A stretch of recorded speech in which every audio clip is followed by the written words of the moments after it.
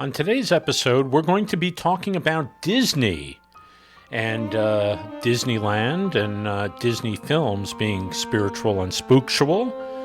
On today's episode of Back to Paranormal.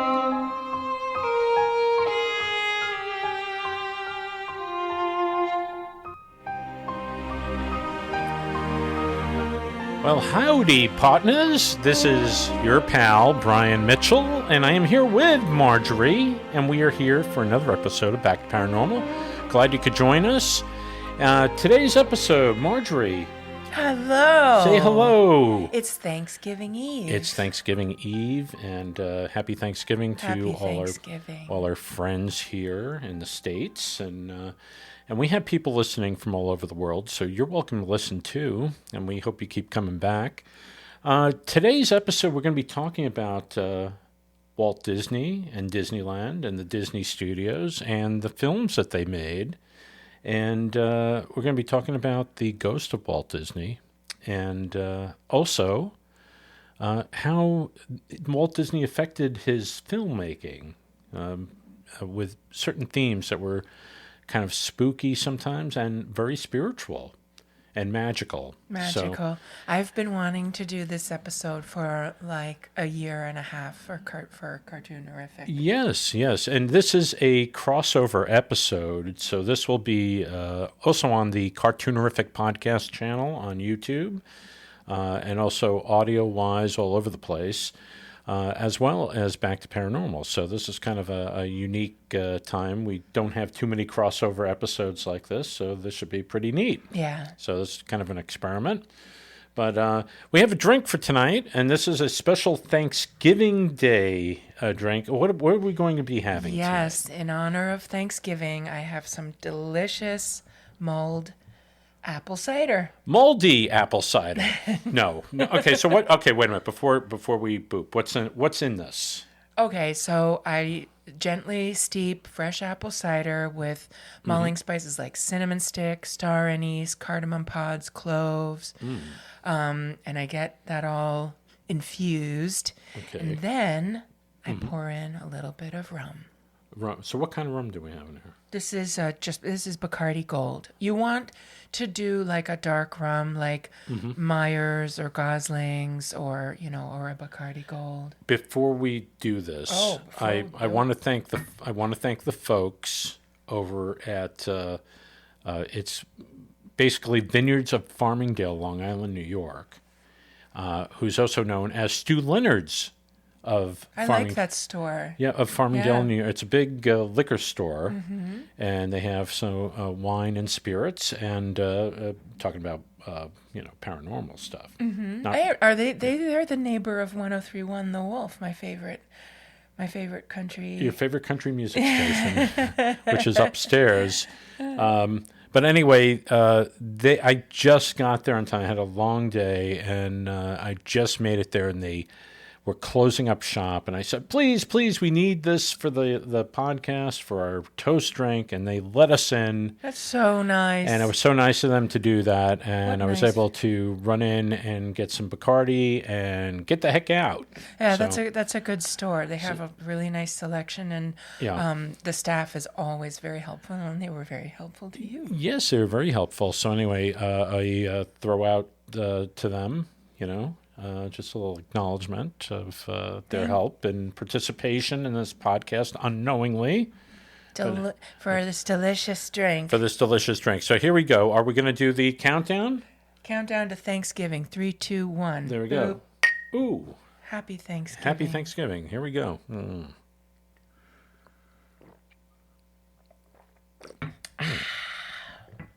Wow, that's moldy. It's delicious. It's really delicious. All of the spices they really add something to the apple flavor. They do. When one of my brothers, he was little, my little brother, when he would come home exhausted from boarding school, the boys get where I come from, the boys get sent away, and he was in boarding school. When he would come home for holidays, he'd have some Bacardi Gold. No. That Thanksgiving or Christmas, I would always make sure that I had a pot of mulled apple cider simmering away on the stove so that when he got home, he would smell the holidays and be happy to be home. That's really nice. It's a happy memory for me. When you make this, the aroma gets all through the house. The whole house. Yeah, and it's very inviting. It's very, very evocative of this time of year. It's some of my favorite times of year, like everybody. Well, anyway, let's get to it, shall we? We should. I agree. I've been waiting and chomping at the bit and all that stuff. So the one thing that you observed when we were looking at, we were doing this for the Cartoonerific Podcast because you had not seen a lot of Disney films. No. And no. And I don't know if you weren't allowed to see this or you just didn't have the opportunity to see this as you were growing up, but I introduced you to Snow White and to a few others. You had seen Cinderella. When Cinderella was re-released right. in theaters, I guess, what was that, like the 80s? They re-release these films every 7 years from the 1950 when it came out. And my parents took me to go see Cinderella, and probably saw it in 1981. I just loved it so. I loved it so much, and then my father could tell that I really loved the music and the songs, and then he came home with the record, and as a little treat, as a little surprise one night, and that meant a lot to me. Yeah, and I would sing all the songs, but I had never seen Snow White or Bambi or Pinocchio or Dumbo or any of those things. We just I've been warming you up to that stuff. Yes, and you've been liking a lot of this stuff. Yeah. They're beautiful. Yeah, they're really wonderful films. They're just absolutely beautiful works of art. I never knew. I guess I come from like a masterpiece theater kind of, or we would watch Nova. We would watch like Jacques Cousteau and like nature shows and things like that. Which Disney kind of invented those. I did not know that, and I love them. Yes, I love them. So we watched a few, and you started noticing patterns, and there was a lot of spiritual stuff in Disney films, a lot of stuff right from the Bible, and then other things that, I guess the super paranormal stuff that happened in the films. Yeah. Yeah. And, we were watching a bunch of them because you were trying, to like educate me that this is really high art. Yeah. And I quickly took a shine to it. And then we were watching Cinderella, which I had seen, but when I was 5, and, right. And when the fairy godmother makes her appearance, I suddenly realized this is so magical. And what was that? The Woody Woodpecker thing. The Woody Woodpecker. Yes. And I was like, those are orbs. This is really tapped into this kind of stuff that you and I mutually believe, and the notion about spirits from that next place, and the magic of that next place, and the magic of prayer, and all these things. And it suddenly hit me. I was like, these movies are really are engaged and locked in with spirituality, religion, not outright, but yes, and the paranormal. Yeah, really. And that's when I started to say, I would really love to look into this. So yeah, well, I think Walt Disney was spiritual. I think he grew up in a very strict household, and I think there was. I don't think it was. I know there was religion in the household. It just wasn't like really targeted. Like they went to church every day or whatever. But I think they did go like on the weekends, and I think that was kind of ingrained in him. And I think when he made these films, there's a lot of Walt Disney in these movies because he oversaw the story department. I mean, there's even like Lady and the Tramp. It opens on Christmas, and there's a hymn playing at the beginning, and I don't know if that's an old hymn or it was actually written for the movie. I think it was written for the movie, and it kind of ends on the same thing. But it's very hymn-like and almost religious-like at the opening of the film. And these films have those themes over and over again. We watched Song of the South. And toward the end of the movie, it's basically there's somebody that they don't know if this kid is going to live or die. And it's like you have like all these people, especially the people at work on the plantation, coming over, and they're singing. I love the little boy. Yeah, and it's and I think you thought it was like an old hymn, and it wasn't. It was something that was sounded very oldsy timesy, like something my father would sing. Yeah. Yeah. But these themes seem to just go from one film to another, and the whole theme of resurrection, like Christ's resurrection, kind of happens in Snow White, where she's dead, and then she's revived, and they basically the dwarfs are around the coffin, and they're mourning Snow White, but they're also they're kneeling in prayer, although they're not saying a prayer. You don't see them saying a prayer; they're just kneeling. But Snow White says a prayer in the film. And it's nothing selfish. It's just, she just wants, the dwarfs to, I think it was Grumpy, to like her.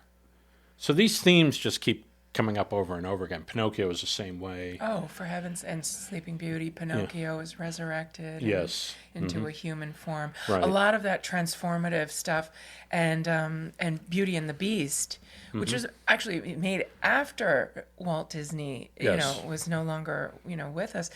And we went back and we watched the scene where the Beast, he's dead, and Belle is devastated, and the iconography is so rich in that. What happens to his body references so many things when he gets lifted up. Yeah, he rises up. He rises up, and he's wrapped around with his cloak, and it's almost like a chrysalis.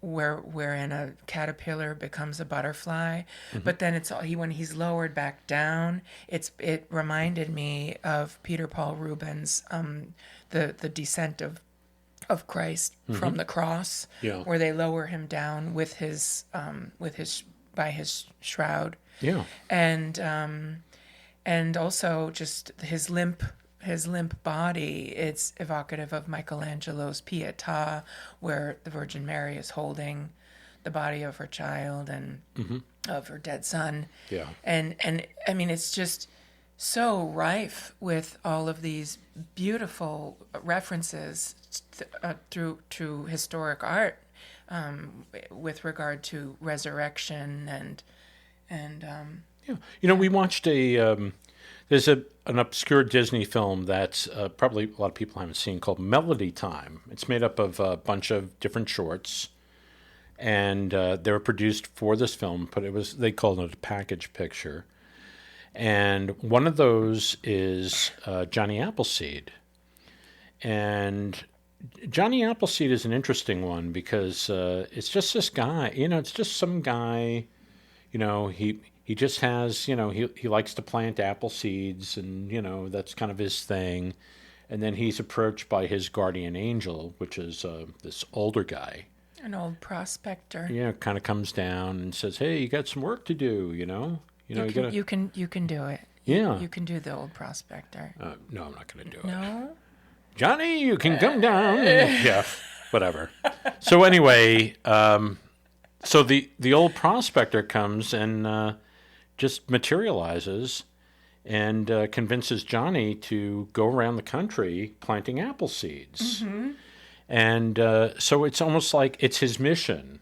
Well, above. He was a missionary. Yeah. He was a botanist. Yes. But he was also a missionary. Right. So, yes, he actually literally did plant apple saplings. Yes. And trees and the seeds, but it also is metaphorical for his teachings and what he would carry his Bible. Right. Yeah, with him and. Yeah, and I mean, there's even a reference spreading to. The word. He's even the old prospector says to him, hey, look, you got everything you need. You had a pot for cooking up apples, and his book. He said, you have the good book with you, which is the Bible, And he said, and you got your bag with your apple seeds, and basically, what else do you need?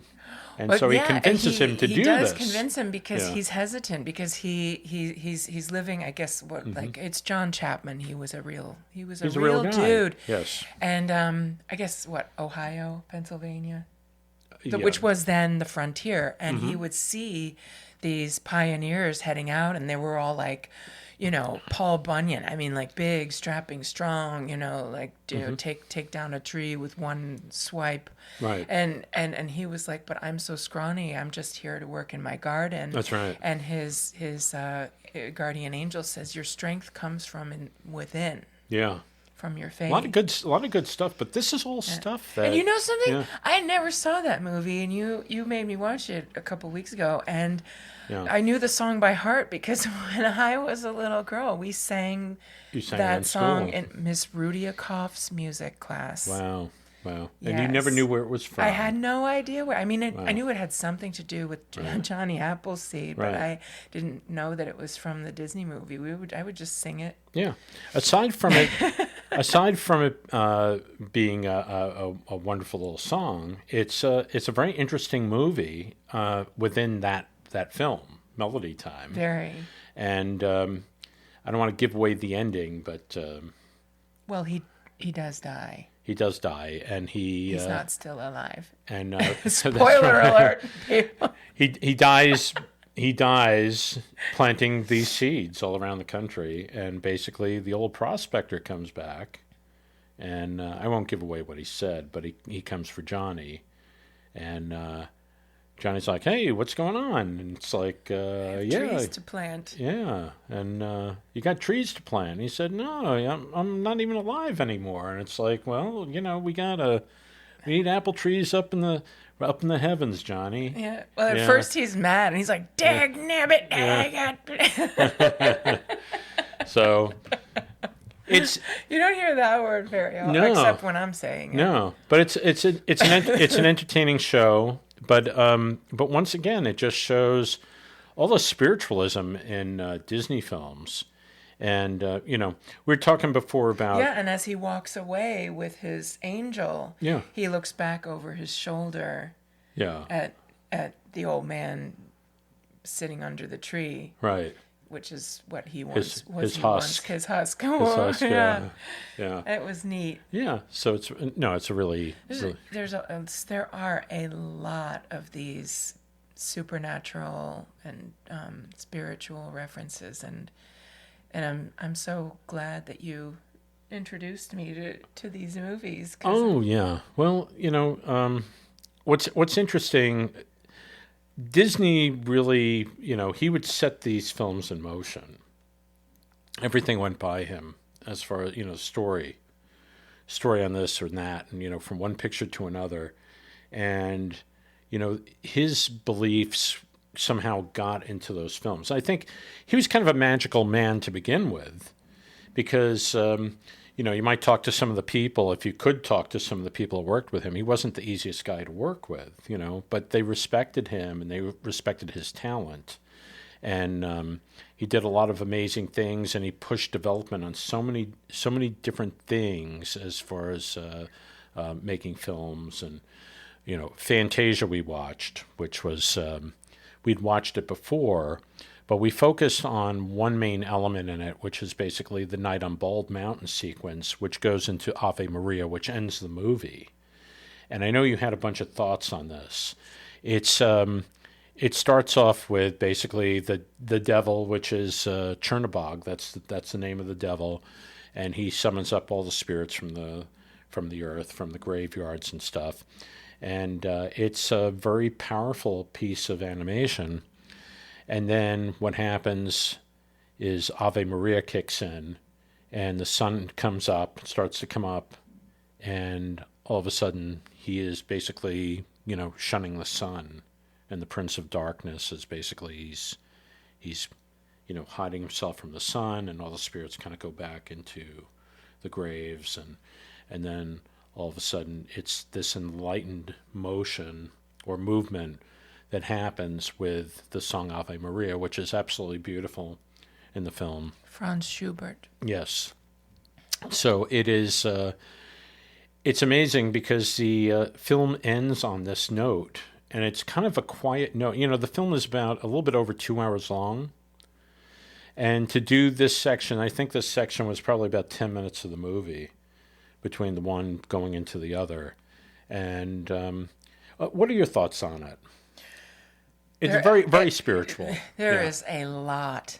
There is a lot going on, okay, in this whole sequence. Mm-hmm. And I mean, Satan is up on top of this mountain, and he's just absolutely up to no good, you know, as usual. And he's summoning all of his friends from, you know, the necropolis he governs, and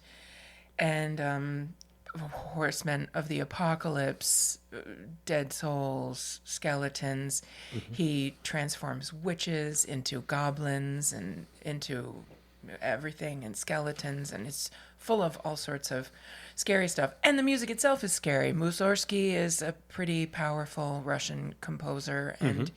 he composed the music, and it's very, very moving. But what I found very interesting is when he realizes the church bells are going, and you can hear them, and he hears them. Satan is sensitive to this, and the light starts to emerge. It's crazy. The way in which he's animated makes you feel so sorry for him. Oh, that's interesting.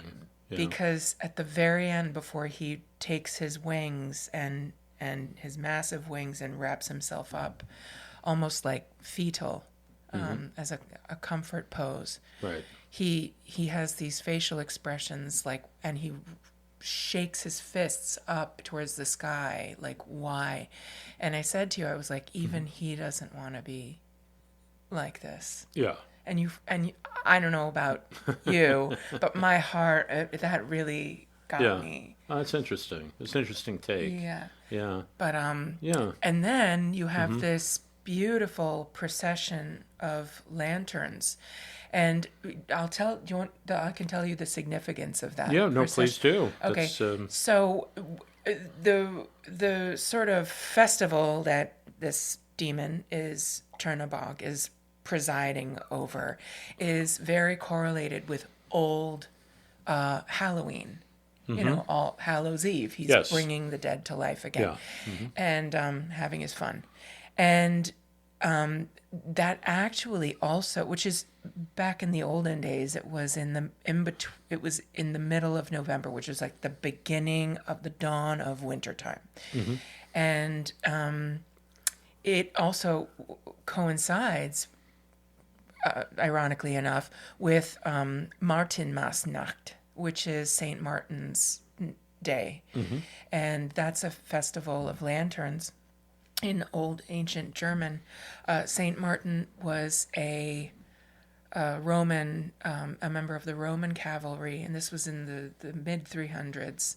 And as the tale goes, he was riding along the road with his army, and very at that time opposed to Christianity, mm-hmm. and no doubt hunting them down wherever they could.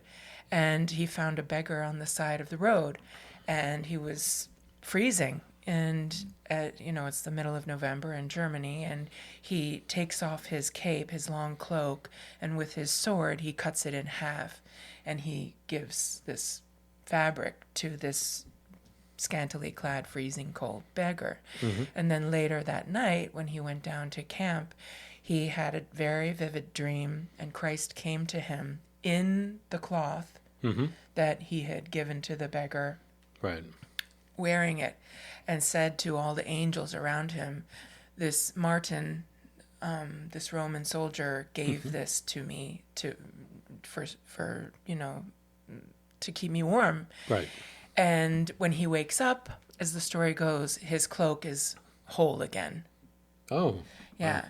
So the way in which Germans celebrate this, and I've done this. I have two nephews who actually are German, so mm-hmm. that we make lanterns, and then we have a festival of light and procession in honor of Saint Martin, and we sing mm-hmm. Christmas songs, old German Christmas songs. Wow. And it's interesting that those two events would coincide. One where the demons of the depth of earth would summon the dead to come and, create chaos, and also this beautiful festival of light.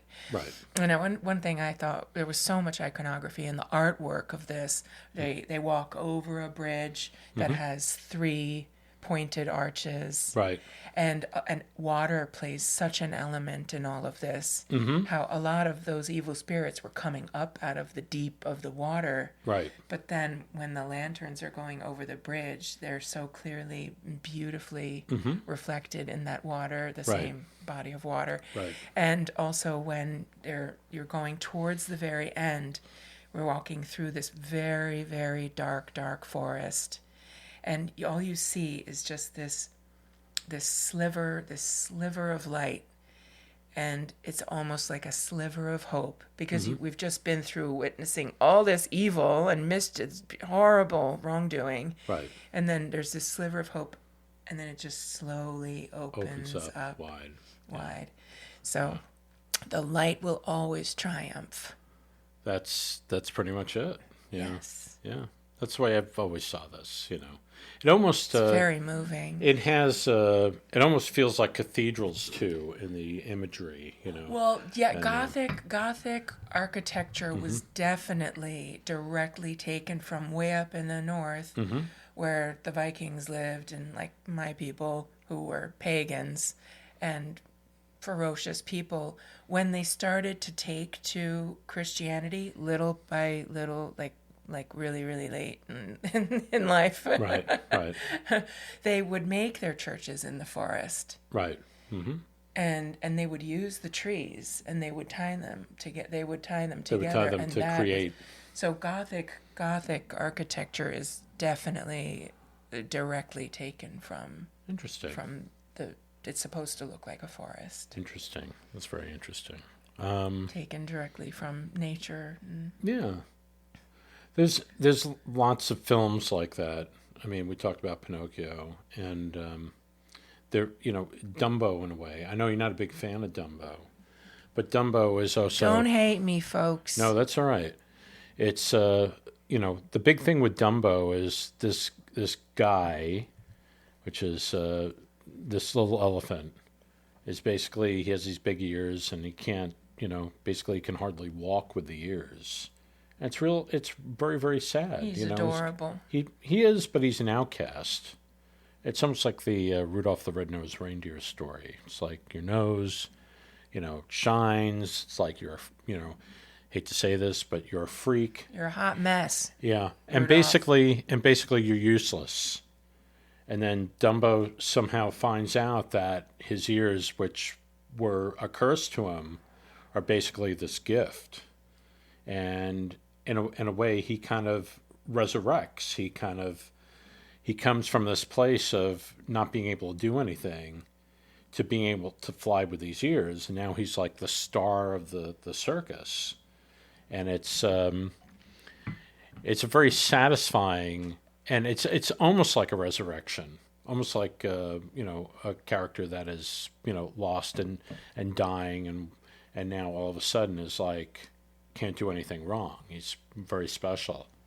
So supernatural, and maybe not as supernatural as some of the other stuff. I don't know. I think that the orbs in Cinderella, I have this theory, like right before. Well, it's sparkles. It's sparkles that appear. And you've seen those. I've seen those, and that is and I've seen this in real life, where I've seen, all of a sudden there'd be like sparkles in the corner of a room. Mm-hmm. And I was told by Jennifer Ann, a psychic medium, that I didn't even tell her that there were sparkles. I didn't tell her about that. You didn't tell her anything. No, she basically said to me that one day you were sitting in your house and you saw sparkles. And it wasn't on the wall. It was just basically kind of in the air. And I thought it was my eyesight. I thought there was something, because I thought it was like an anomaly with my eyes from eye strain or whatever. But normally when I get that, I get like a headache or whatever, and that did not happen. This was just kind of like in there, this weird thing. And so that actually, that kind of effect that they used in Cinderella with the fairy godmother materializing is all these little sparkles, like they start happening, and then all of a sudden it's like in the center, she materializes with all these, like a sparkle effect. And but I feel like she's like actually her grandmother, because right before, see, I feel like those sparkles, and I've seen them, but only at the corner of my eye. They go like that. Right. Yeah. Okay. Anyway, she's going to be late for the ball, so she's on the brink of saying, she says, "Thank you, thank you, thank you, fairy godmother," and she's like, "You're welcome, dear." And I feel like the line was going like, it's "I love you." Right. But then she goes, "Oh no, you're going to be late." Right. Yeah. And I feel like that's what you feel like. I feel like that's what's implied there, and I think the sparkles. It could have been. Well, I'm sticking with it. I think you'd stick with it. Well, what do you think that she was on the brink of saying? I have no idea. I have no idea. I think it's "I love you." I have no. Well, it could be whatever you want it to be. Well, when I go we can't. to I don't that think next place, I'm going to march right up to Walt Disney and be like, "Let's end this once and for all." What was she about? What was she about to say? Yeah. Inquiring minds need to know. I know. Well, the fact that she was there, and it could have been like a great great grandmother. Or her guardian. Maybe she was her guardian angel. Which I do believe in guardian angels, folks. I do believe in that. I do too. Yeah, and I believe they're there and they're there to help you. And sometimes they just show up and then they disappear. I've had that happen a couple of times. And the guardian angel for Pinocchio. Guardian angel and Pinocchio. It's very very weird because Jiminy Cricket plays the conscience, right? And the blue fairy that shows up is, I guess it could be his assigned guardian angel. We don't really know, but it's very similar, right? I cry at the end of Pinocchio. It's so beautiful. It's so beautiful. Well, there are a lot of themes in there of like, being selfless, right? Doing things just because it's good to do them. And I think, also, Jiminy gets a star at the end of his 24-carat star. Yes. And he's out there, after Pinocchio he's come to life and he's dancing with Geppetto, and he leaves the room and he says a little prayer to the blue fairy. And he said, "Thank you. He deserved to be a real boy." It's nothing about him. Hey, where's my star? Where's my, where's my reward? Nothing like that. It's all completely basically selfless. Yes. And he's saying that, and then the star does appear, and he's shocked. Yeah. He's shocked. He really did not expect it.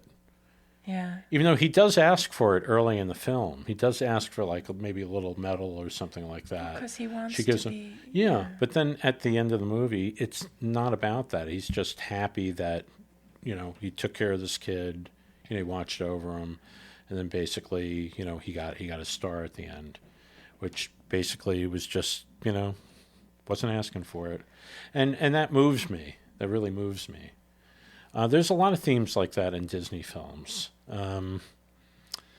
Anyway, I just want to touch on something. No, I have a guardian angel incident that happened to me last week.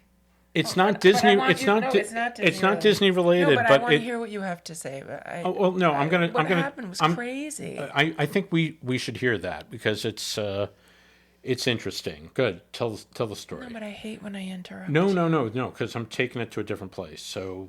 Okay. Yes. Okay, I hate to make such a long story, but this is really, really weird, guys. When my nephew, my first nephew was born. He was born in very, very traumatizing circumstances. He almost didn't make it. His sister sadly only lived by an hour, and when he was out of the woods, my mother went home, and she was very, very happy. Mm-hmm. And she emptied her purse out. She was like, this is full. I've been so preoccupied with everything, with my family. I've got to go through my purse. This has to get sorted. It's a mess. Mm-hmm. And most women in the audience will understand sometimes your purse just becomes the black hole of things. And she dumped her purse out onto the table, mm-hmm. and this little coin that had an angel imprinted on it came out, the last thing that fell out of her purse. And she called me, and she said, you're never gonna understand what just happened to me. And I said, what? A year before the babies were born, my mom and I were shopping, and I saw this beautiful handbag, and I said, this is perfect for you. You have to splurge. This is just beautiful. And as she was paying and the woman was wrapping it up, the store clerk said to her, would you like a pocket angel? And my mother, of course, was like, no, I don't. And I looked at my mother and I said, hey, why not? You never know when you might need an angel. And so she looked at me and she said, you're right. Please, I would love. So she put this little coin that has this little angel on it mm-hmm.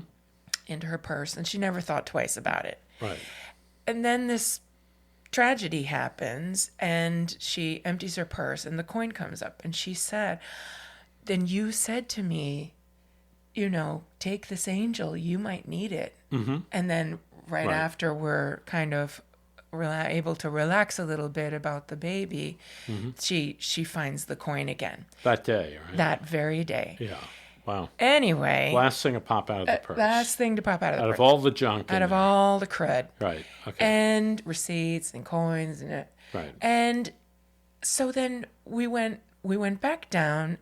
This was down south to this store that we love. And she said, I want to buy you this purse. I know you really like it, and I want to buy one for you. No.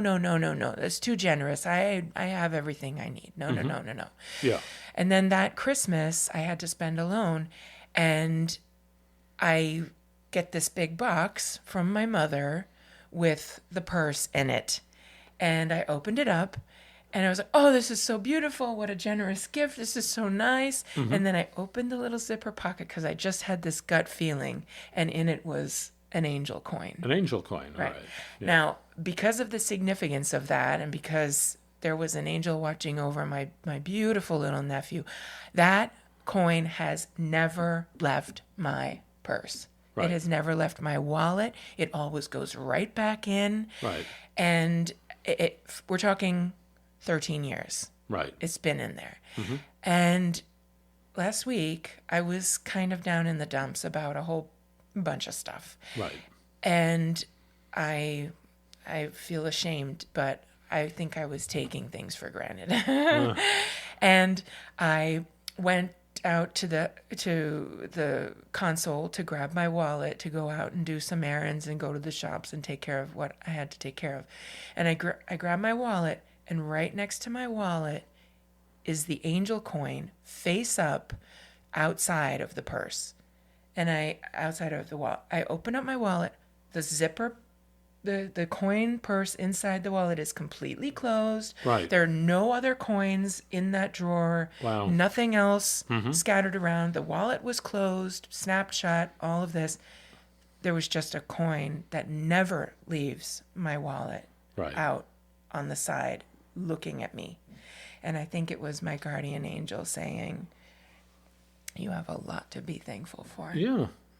Yeah. I just a nice little reminder. I find that story very potent. Hairs pop. I got goosebumps. I was like, that is really a message. It's a great message.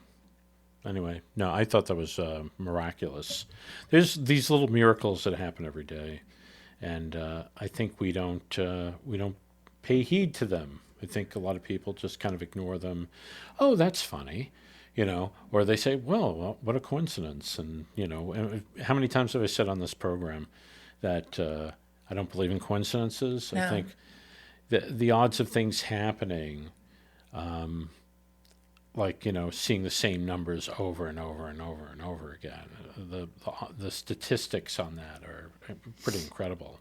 But something like that, where you knew it wasn't supposed to be taken out of the I didn't touch it, It was just basically, it was just there. So I don't think I've ever even shown it to you. No, never. I showed it to you when I told you the story. You told me the story, yeah. No, it's been always safekeeping for 13 years. I would never just take it out and throw it to the side. Yeah. It means too much to me. Yeah, absolutely. And I think it was kind of a reminder that, there's hope, and stop being so down in the dumps. Clean up your act, young lady. Yeah, there you go. I think it kind of, I know it's not a Disney story, but it kind of plays into the theme that we're talking about. It's these things that happen in the films that kind of, they're not just put in the movies. They're not just, oh, yeah, well, let's put this magical thing in. There are some things that are happening behind the scenes there, where people are putting these things in, these themes into these movies and stuff like that. That comes from personal experience. Well, absolutely. Yeah. I mean, when a very short scene from a movie like Beauty and the Beast is resurrecting images of art from history, from our spiritual, cultural product. Mm-hmm. Yeah. Like one after the other. It's definitely intentional. Right. And it's educated. Yeah. I'm just going to go a little bit off because we're talking about Disney. Well, I already went way off with that's all right. Coin thing. The whole theme of this is spiritual and spooktual, but it's about Disney. And I knew several people who worked at the Disney studio that believe that the place is haunted. And that extends to Disneyland, because that was kind of Walt Disney's baby. He wanted to do that thing. And there are a lot of people that believe, if you ever been at Disneyland at night when kind of people are kind of filtering out, the place kind of has like a little bit of a I don't want to say creepy, but it has kind of a spooky vibe to it. Because I've been there late. I've been there after they close. And it's just because, I'm getting off of a ride or something like that, and then I'm walking through the park, which is basically cleaned out, especially when it rains. So if it rains, people tend to clear out, and then the place is basically empty.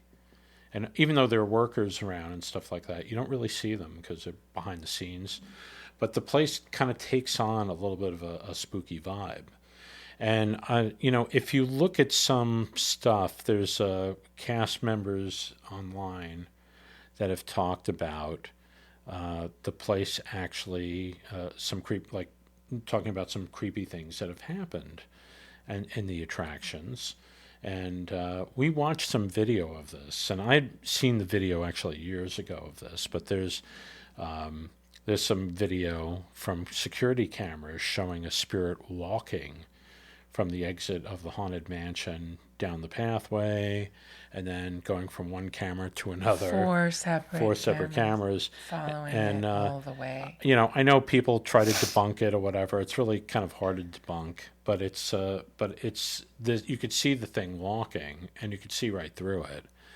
It's really kind of an interesting thing. There's also Tower of Terror, which we rode in Florida. I love this ride. Yes. I laughed the entire time. But there is some video of a maintenance guy on there, and he's just doing checks. He's actually riding the ride, and he's sitting there by himself. And there's figures appearing behind him and next to him, and he's oblivious to it. All this, like I said, all this stuff is on YouTube. One of them is kind of faint, but then the other one behind him is like really, really distinct. I mean, these are a lot of these videos. You know what? If you have a minute, listeners, just go to YouTube and look some of these up. Yeah. Some of them, it's like, that's a bit of a stretch, or that could have been a maintenance man, or, but. It's the same thing as, that theater, that theater show that we did, that theater episode that we did. Right. Shadow figures and stuff. Shadow figures and faces and music happening and the ghost light going on and off and things like that in the theater. Yeah, things like that. It's a place that has so much emotion. Yes. Encapsulated there that residual energy is just reverberating. I think with Disneyland it's even more so. I think it's amplified because there are people that just absolutely love the place, and there have been stories of people spreading ashes around people's a son or daughter or husband that really love the place, and they sneak in the ashes of the deceased and they spread it on an attraction or in a garden there or whatever. And it's not meant for that, but people do it anyway. They're not supposed to do it, but they do it. And there are stories from cast members that talk about seeing this kid on the Haunted Mansion in places where the kid shouldn't be. And then when they go to try to find the kid, he disappears. He's not there. So there's some really, really weird stories, and I've never experienced them, but these cast members have, and some of these stories are really, really bizarre. Things that they say couldn't possibly happen, but happened. Mm-hmm. So those are things that if you want to venture out, you could check those out, and you just go to YouTube. And, I think the one where the spirit is walking down, just sort of strolling down the lane, strolling down, and then going through the gate. Mm-hmm. Then the gate goes through his body, right? And then they go across the street and down the street, and it's caught on from each cameras. sequence on 4 separate cameras. That one really blew my mind. Yeah.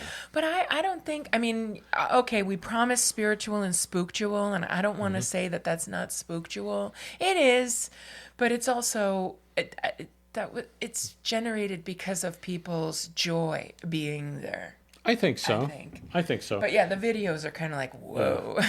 Well, there is a book, and it's written by Michael Corey, I believe, or Corey, I'm sorry, Michael J. Corey, and it's The Ghost of Walt Disney and Me, and it is he's a psychic medium, and he's credited on a lot of different movies. He's kind of like I would guess a consultant, but he wrote this book, and I guess he knew Roy Disney, he knew Ray Bradbury, and they happened to be up. Walt Disney had an apartment over the firehouse at Disneyland. And when they were up in there, I guess they were asking Michael if he could actually, if he could read the area and see if he could, talk with Walt Disney's ghost, right? And all of a sudden the phone, they had a candlestick phone, I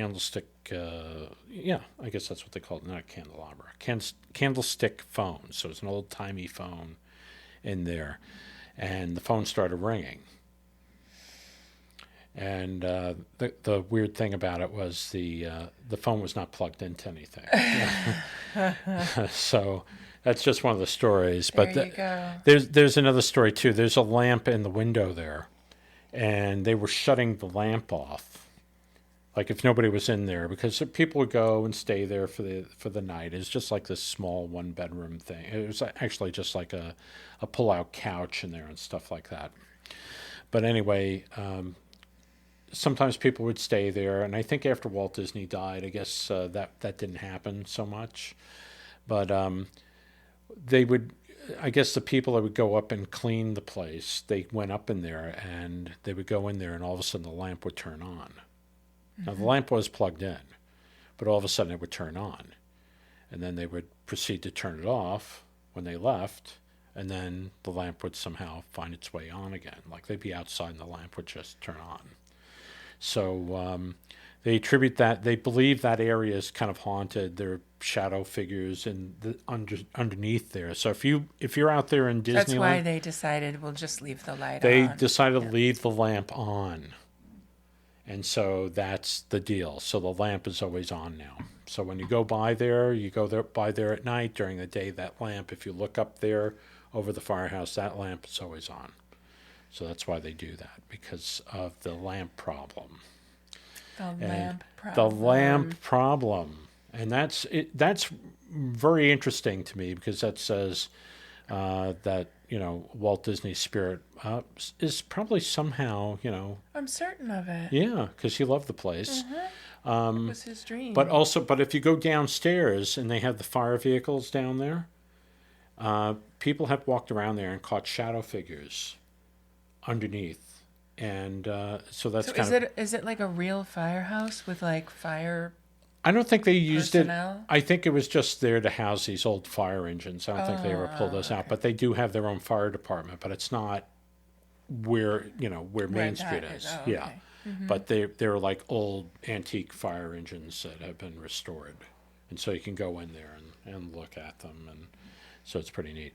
But there's a lot of stuff like that about Walt being in the park. I showed you something about Space Mountain in the load area, with a spirit kind of getting in to a vehicle next to a guy and then taking off. And then you can actually see as it comes closer, as it's coming you can closer see to you. Facial features. Yes, you can see At first, something. it just looks like a wisp. Yeah.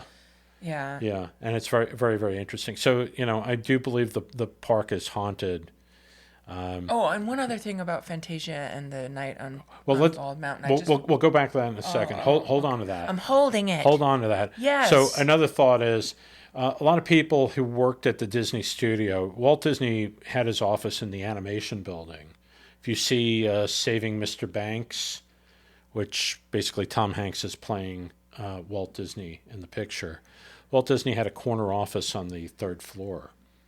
And so anyway, that was the animation building. And it was the animation building until the mid-'80s. But I know people who work there that told me stories that they'd be working late at night and they would hear some coughing in the hallway, and nobody was there. There was no, maintenance had been in and out, and they were there just working, and they would hear footsteps in the hallway, and they would also hear some coughing. And the story is basically, after the artist went home, when Walt Disney was alive, when the artist went home, he would actually walk the halls, and he was a smoker. So he would kind of cough, and part of that was to let people know he was coming down the hallway. En route, yeah. Yeah. So he didn't want to startle anybody if they happened to be working late. But anyway, this is after Walt Disney passed away, and there were people that were working there late on, some animation for film or whatever, and they would hear footsteps in the hallway, and they'd be kind of curious, and they would get up out of their seat, they'd hear it, and they'd hear some coughing, and they'd go and they'd check it, and there'd be nobody in the hallway. Mm-hmm. And it happened a couple of times to these people, and it was kind of like the message to, like, maybe we should leave, maybe we should get out of here, and then they would gather up their stuff and just go. So a lot of people believe the Disney studio was haunted. And so anyway, there's not too many stories about that, but I've heard it from people who worked in the business and worked in that building, and it's just, people just tell me these stories. So I've never worked in that building, but I've heard the stories. So I believe them. I believe them. Yeah. So you had one last thing to say about Fantasia. Oh, yes. Yeah. When, in the very, very beginning of that Bald Mountain sequence. In Fantasia. Before the demon appears, you see a lot of these wispy bits of fog. Oh, yes. Yeah. And it really evoked our night on Mount Misery.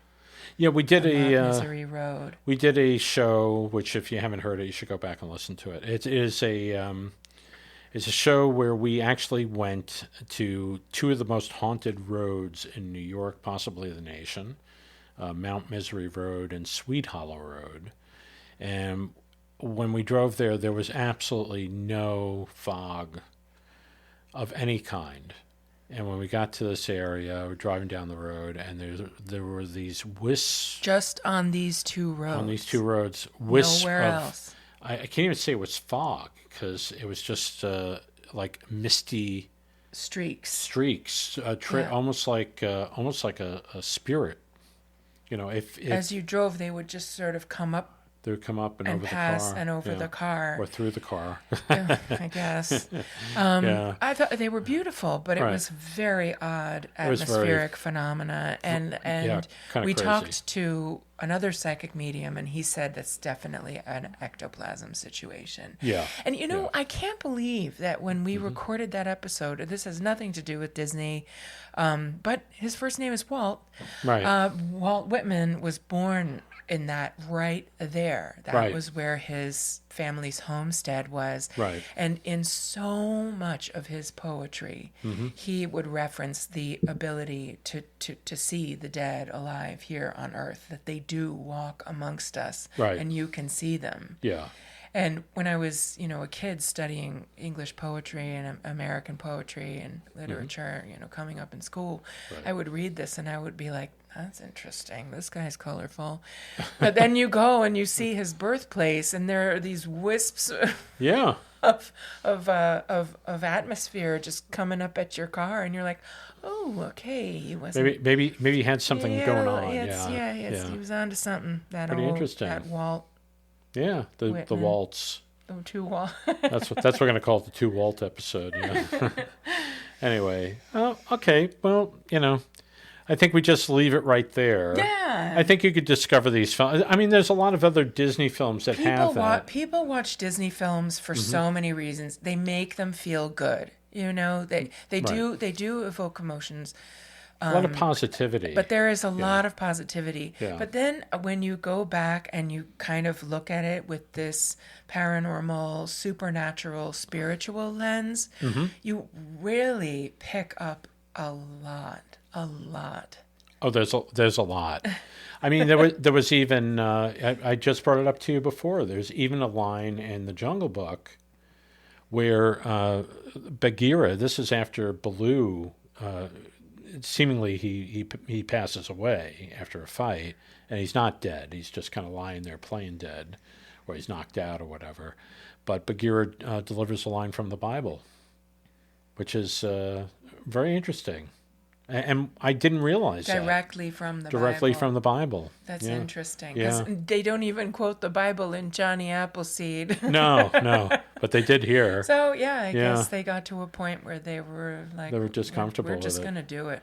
Yeah, and they did it. Yeah. Yeah, so very interesting. Anyway. It's really a line about that true bravery, it comes from love. Yeah. True courage comes from... That's right. From your heart. Interesting, right? Lion-hearted. Well, I hope you got something out of this.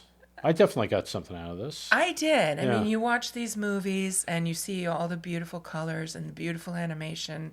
And like I said, if you go back and watch them again with an eye out for these things, they're not preachy. It doesn't come from a preacherly, or a shove it down your throat kind of, approach. No. It's not. It's just laced into the text. It's just a thread that is woven into the text of I think that piece. And like I said, I think that came from Walt Disney himself. Even though he had a lot of story people working on this stuff, a lot of artists, but he had a lot of people working for him that were spiritual, and I'm sure they got that stuff into the movies, and I'm sure he didn't object. So, anyway. I loved it. I really enjoyed it. Yeah. So, anyway. What are we doing next week? We have anything planned? Nothing yet, right? We got some stuff in the works, in the hopper. I actually do, but I haven't formulated it just as yet. Okay. Well, we'll talk about that next week. Anyway, we hope you have a wonderful Thanksgiving. Hope you have a real wonderful weekend. How about that? have a very happy and blessed Thanksgiving. Yes. And yes, enjoy your weekend. All right. And we'll see you next week on another episode of Back to Paranormal. Good night, everybody. Good night, everyone. God bless you. Thank you for listening. Thank you.